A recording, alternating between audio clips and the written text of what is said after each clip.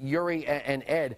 Uri, this thing with QE3, or its nickname QE4, means the government is just going to continue. They might as well just open a window someplace, turn on a printer, leave it on 24 hours a day, and let it spew money out the window, because that's what it's doing.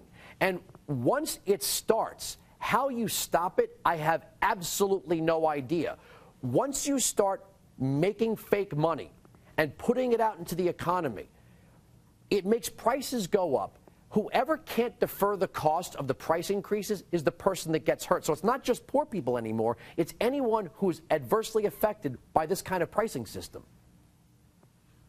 No, you're absolutely correct. I mean, printing money is the last refuge of banana republics.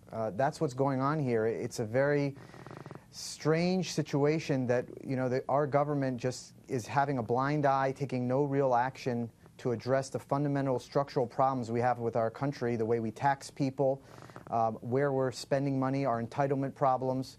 And effectively, we are ensuring our own financial collapse. And at this point, you know, it doesn't matter who we elect. We can rest assured that if we re-elect President Obama, we're going to have the same sort of policy that is not in touch with reality. Maybe if we take a chance on somebody new, you know, we could be optimistic. But right now, it seems pretty pessimistic. I want to get into stagflation for a second.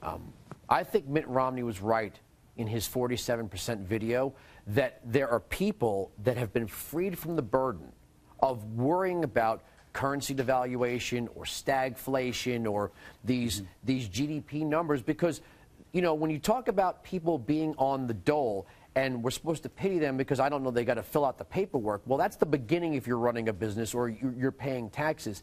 For a little lesson, explain stagflation. Okay, and by the way, if you're on this side of the grass, you have to be concerned about everything, even if you're getting, you know, money from the government. Stagflation. Well, you're supposed to be concerned by. I'm not saying you're not supposed to be. I'm saying they're just not. Well, that's true. In fact, it's remarkable the lack of knowledge of what is so important to all of us. And now, stagflation is the gift that Obama is giving this country, and it's real simple: slow economic growth. We saw the number today, down to 1.3%. After printing all this money, we have a 1.3% package. We have a 1.3% GDP, all right? So slow economic growth. Rising prices. Well, we have runaway prices because, as I stated earlier, the gas prices, monetary policy, food prices, and just about everything you can touch, everything we buy goes up significantly more than what the bogus CPI number that's put out by the government. And then you also have high unemployment. That's stagflation. Well, guess what? What do we have? How many people out of work? How many people underemployed? We have a disaster. It's called stagflation. Let's call it what it is. Obama should fall on his sword and get out of office. Now, what happens with QE4 and Social Security? We keep hearing that the Republicans want to get rid of Social Security, but when you print money, it's called a war on savings for a reason. If the federal government doesn't adjust upward the cost of living adjustments to inflation, we are going to continue to see prices rise. The things that senior citizens need to buy, whatever little money they're getting from Social Security, is going to buy a whole lot less. Well, in fact, I even created my own index as a result of this, because people don't understand that their cost of living increase goes up about 7 to 8% more than what the government number is. Just listen. If you don't believe it, look at your own cost of living increases. And that's exactly right. So the government gives us some number. It's significantly more than that. So people are losing 4, 5, 6% a year. Do that over a 5-year period. What do? Everyone has a threshold of pain. They go to the government, say, please give me money. And now they love the government. Now, Uri, I want to build on that. Whenever we have this currency devaluation and prices rise, that puts even more pressure on the federal government to distribute even more money. Because as people who are on food stamps or they're on WIC checks or they're on Social Security try to spend what little they have, as it buys less, they need more. Government has to deliver more, and the cycle just continues to repeat itself. That's right. It's a vicious cycle. And you mentioned Social Security. By keeping interest rates low, we're effectively ending Social Security, because the fund is required to invest in U.S. Treasuries. And now when U.S. Treasuries are earning less and less every year as the interest rates get reduced, essentially that fund will not have money. And effectively, what we've done by lower interest rates, they're saying even today's announcement effectively lowers the long-term potential of keeping Social Security around by at least 5 years, maybe 10 years. So we're definitely going to be facing a huge crisis with regards to Social Security.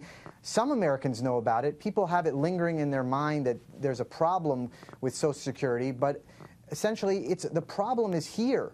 The problems are here today. We're not taking any real action to address them. You know what the saddest thing is? I had that reaction there. I'm sorry. I put my hand. I did a double face palm. Is that we don't teach economics in school anymore. That's right. When you look at the public education system, there is very little where you are studying. There was a time in this country where high school prepared you for a trade or at least adulthood. Now we're keeping people on plans till they're 26, and if you're a 31-year-old law school student, you expect free birth control.